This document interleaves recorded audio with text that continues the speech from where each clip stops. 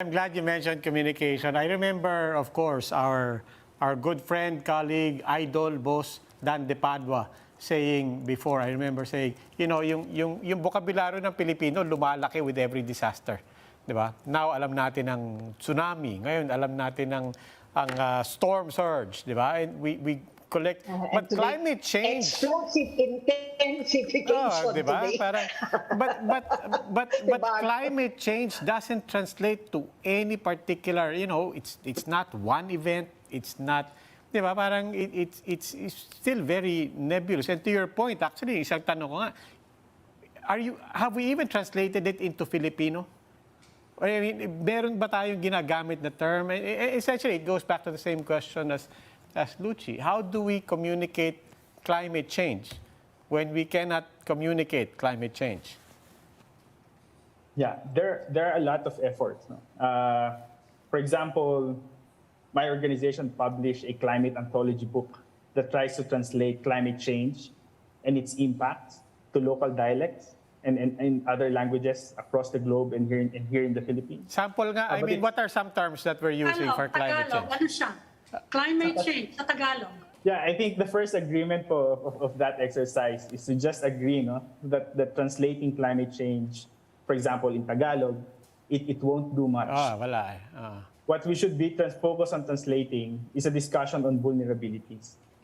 For example, if you talk to a farmer, don't talk to him about projections 50 years from now, if he has to figure out the next planting cycle.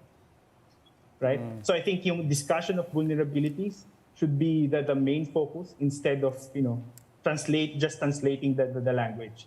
And I think it's an exercise being excellently done, for example, by our local academic institutions. We had the opportunity to partner with some of the best ones: Benguet State University, Visayas State University, University of Southeastern Philippines, and Xavier University.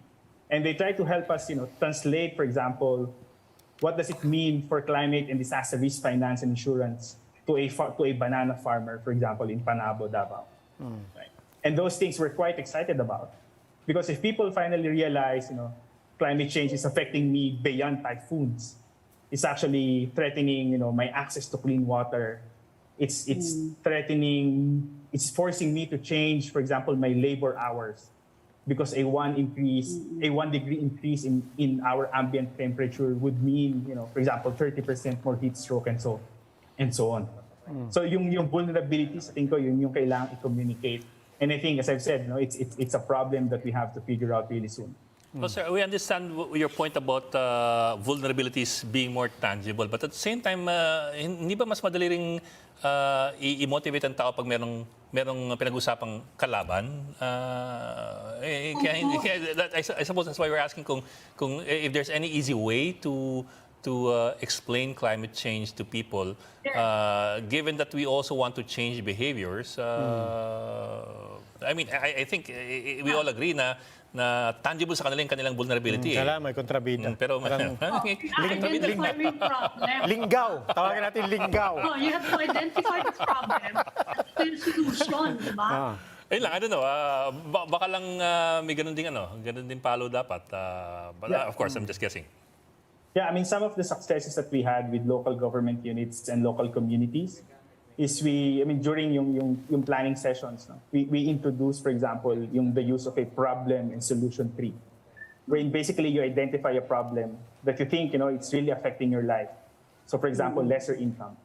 And you try to get you try to get to the roots of the problem.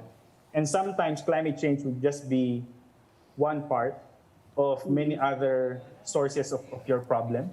And we try to address each and every one of those. So I think if you're looking for an innovation, I think that's one of those. And there are many, many more other ways of doing it. But in my organization, ICSC, we try to approach the problem using a problem tree.